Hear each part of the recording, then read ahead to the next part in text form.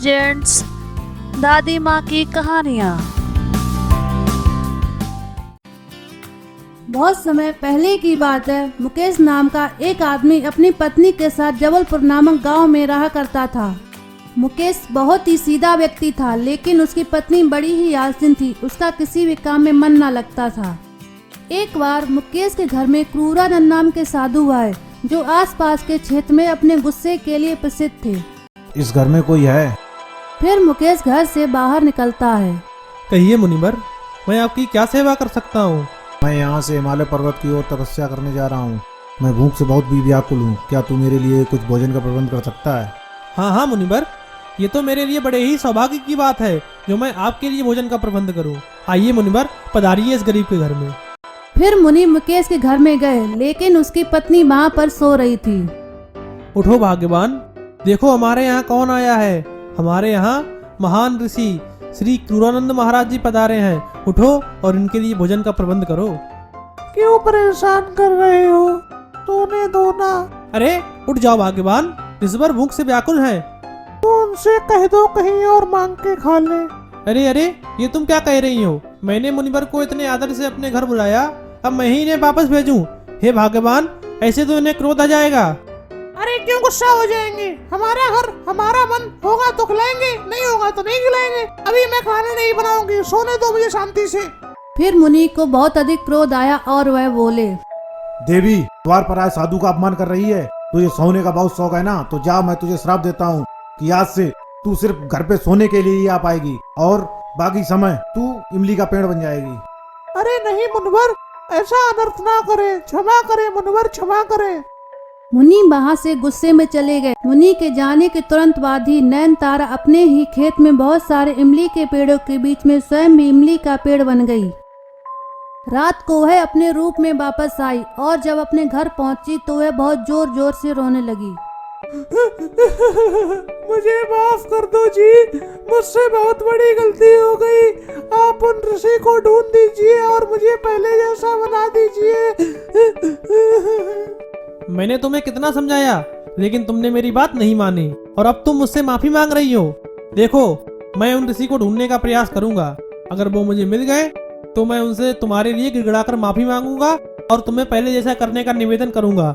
अगर नहीं मिले तो इसमें मेरी कोई जिम्मेदारी नहीं है। अगले दिन मुकेश उन ऋषि को ढूंढने के लिए घर से निकला। पता नहीं कहाँ होंगे ऋषिवर। अरे हाँ, वो कह रहे थे कि वे हिमालय पर्वत जा रहे हैं। शायद कहीं हिमालय पर्वत के रास्ते में ही मिल जाएं। फिर मुकेश हिमालय पर्वत के रास्ते पर गया। बहुत देर ढूंढने के बाद उसे ऋषि क्रूरानंद मिल गए और उसने ऋषि से माफी मांगी। क्षमा करें मुनिवर, क्षमा करें। हे मुनिवर, मेरी पत्नी से गलती हो गई है और मेरी पत्नी की गलती के लिए मैं आपसे माफी मांगता हूँ। मुनिवर, कृपया करके मुझे क्षमा कर दीजिए और मेरी पत्नी को पहले जैसा कर दीजिए। मैं तुम्हारे कष्ट को समझ सकता हूँ पुत्र, लेकिन मैं अपने श्राप को वापस नहीं ले सकता। मुनिवर, दया करें मुनिवर, कोई तो रास्ता होगा जिससे मेरी पत्नी श्राप मुक्त हो सकती है। कुछ देर सोचने के बाद मुनि बोले, एक रास्ता तो है। क्या रास्ता है? बताएं मुनिवर, मैं अपनी पत्नी को पहले जैसा करने के लिए कुछ भी कर सकता हूँ। पुत्र, तुम्हें अपने प्रेम की बुद्धि परीक्षा देनी होगी। बुद्धि परीक्षा मतलब? मुनिवर, मैं कुछ समझा नहीं। मैंने तो कभी ऐसी कोई बुद्धि परीक्षा नहीं दी है। कृपया करके स्पष्ट कहें मुनिवर, जो आपको कहना है। पुत्र, अगर तुम अपनी पत्नी के पेड़ बनने के 1 घंटे के भीतर उसके पेड़ को पहचान लो और उसे तोड़ दो तो तुम्हारी पत्नी श्राप मुक्त हो जाएगी। जो आज्ञा मुनिवर। फिर मुकेश अपने घर वापस गया। अगले दिन मुकेश सुबह सुबह अपने खेत पहुंचा। अरे रे, कौन सा पेड़ है मेरी पत्नी का? कि ये वाला है? अरे नहीं, ये तो नहीं लग रहा। अरे यार, कैसे पता करूं? कहीं गलती हो गई तो मेरी पत्नी तो हमेशा के लिए चली जाएगी। अरे यार, हाँ, ये वाला पेड़ मेरी पत्नी का है। फिर मुकेश ने उस पेड़ को उखाड़ दिया। मुकेश का अंदाजा बिल्कुल सही निकला, वह सही पेड़ था। उसकी पत्नी श्राप मुक्त होकर बहुत खुश हुई और वह बोली, सुनो जी, मैं बहुत खुश हूँ और दुखी भी कि मैंने उन महात्मा का अपमान किया। मुझे उनसे माफी मांगनी है। चलो हम उनके पास चलते हैं और उनसे माफी मांगते हैं। हाँ, तुम ठीक कहती हो, हमें उनके पास चलकर उनसे माफी मांगनी चाहिए। फिर वो लोग ऋषि के पास गए और मुकेश की पत्नी ने ऋषि से माफी मांगी। ऋषि ने उन्हें माफ कर दिया, लेकिन वो कुछ संशय में थे। क्या हुआ मुनिवर? आप मुझे कुछ संशय में लग रहे हैं। मुझे एक बात समझ में नहीं आई कि तुमने अपनी पत्नी के पेड़ को पहचाना, तो पहचाना कैसे? आपने कहा था ना मुनिवर कि ये मेरी बुद्धि परीक्षा है, अतः मैंने अपनी बुद्धि से आपकी पहेली को हल किया। मतलब? ओस की वजह से मुनिवर, क्योंकि मेरी पत्नी वाले पौधे को छोड़कर बाकी सारे पौधे ओस की वजह से गिरे थे। मेरी पत्नी पर ओस का कोई प्रभाव नहीं पड़ा था क्योंकि वो तो घर पर थी, अतः मैंने सूखे पौधे को पकड़कर उखाड़ दिया और मेरा अंदाजा सही था। वाह मुकेश, तुम वाकई एक बुद्धिमान व्यक्ति हो। मैं तुम्हारी बुद्धि की तारीफ करता हूँ और तुम्हें वरदान देता हूँ कि तुम सदा यशस्वी रहो। तो देखा दोस्तों, समस्या आने पर रोने से उसका समाधान नहीं निकलता है, बल्कि अगर ठंडे दिमाग से सोचकर उसका समाधान निकालने का प्रयास करें तो बड़ी से बड़ी समस्या दूर हो जाती है। पानी पानी पानी, मुझे बहुत तेज प्यास लगी है। क्या इस घर में कोई है जो मुझे 2 घूंट पानी पिला दे? आप एक क्षण रुकिए, मैं अभी आपके लिए पानी लेके आती हूँ। माफ कीजिएगा, आप देखने में तो किसी अच्छे राजघराने की लग रही हैं। फिर ये इस तरह? हाँ, आप ठीक कह रही हैं। मैं माधवगढ़ राजघराने की सबसे बड़ी रानी रानी सावित्री हूँ।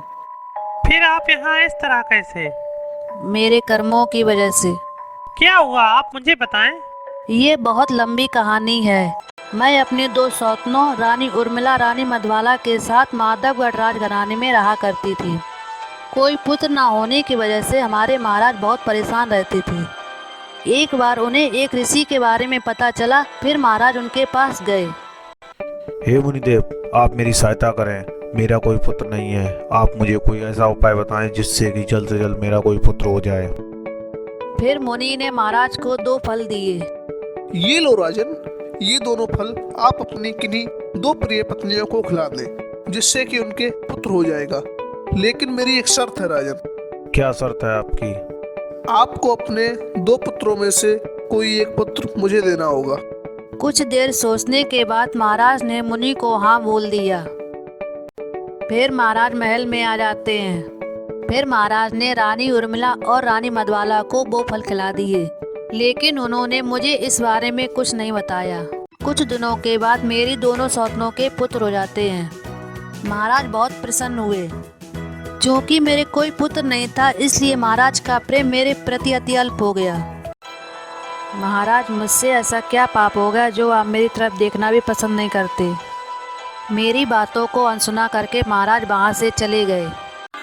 कुछ दिनों के बाद मुनि महाराज के दरबार में आए और मुनि ने महाराज से अपने हिस्से का पुत्र मांगा, लेकिन महाराज मुनि को अपने किसी भी पुत्र को देना नहीं चाहते थे।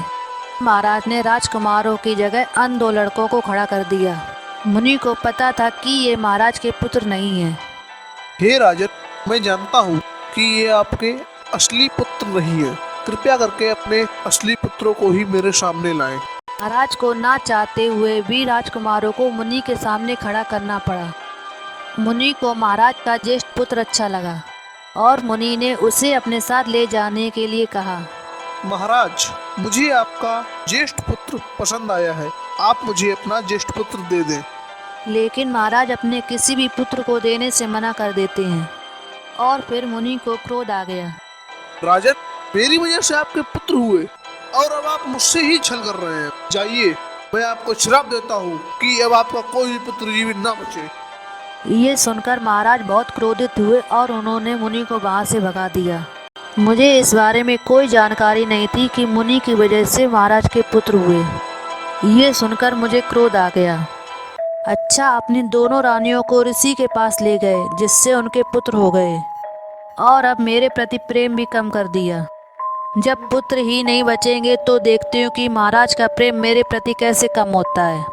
फिर मैंने राजकुमारों के दूध में जहर मिला दिया, जिसे पीकर राजकुमार मर गए। महाराज को अत्यंत दुख हुआ।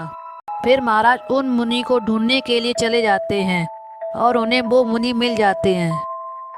हे मुनि, मुझे क्षमा कर दीजिए। मैं अपनी गलती पर बहुत शर्मिंदा हूँ। आप मेरे दोनों पुत्रों को पुनः जीवित कर दीजिए, फिर चाहे आप उन्हें अपने पास ही क्यों न रख लेना। ठीक है राजन, मैं आपके दोनों पुत्रों को जीवित कर देता हूँ, लेकिन फिर मैं आपके दोनों ही पुत्रों को अपने पास रखूंगा। फिर मुनि ने दोनों राजकुमारों को जीवित कर दिया। और हाँ राजन, राजकुमारों को जहर देने वाला कोई बाहरी सदस्य नहीं है, अपितु आपकी ही रानी सावित्री ने उन दोनों को जहर दिया है। ये सुनकर महाराज को बहुत अधिक क्रोध आया और उन्होंने मुझे राज्य से निकाल दिया और मुनि ने भी दोनों राजकुमारों को अपने पास रख लिया। तुम तो बड़ी ही नीच प्रवृत्ति की औरत हो। तुम्हें पानी पिला के तो मेरे हाथों से पाप हो गया। चली जाओ यहाँ से, वरना मुझसे बुरा कोई नहीं होगा। तो देखा दोस्तों, गलत काम का नतीजा हमेशा गलत होता है, इसीलिए आपको कभी भी गलत काम नहीं करने चाहिए। अगर आपको ये वीडियो अच्छा लगा हो तो चैनल को सब्सक्राइब करें, वीडियो को लाइक करें, शेयर करें, कमेंट करें और घंटे का बटन जरूर दबाएं, जिससे कि हमारे आने वाले वीडियो का नोटिफिकेशन आपको जल्द से जल्द मिल जाए। धन्यवाद।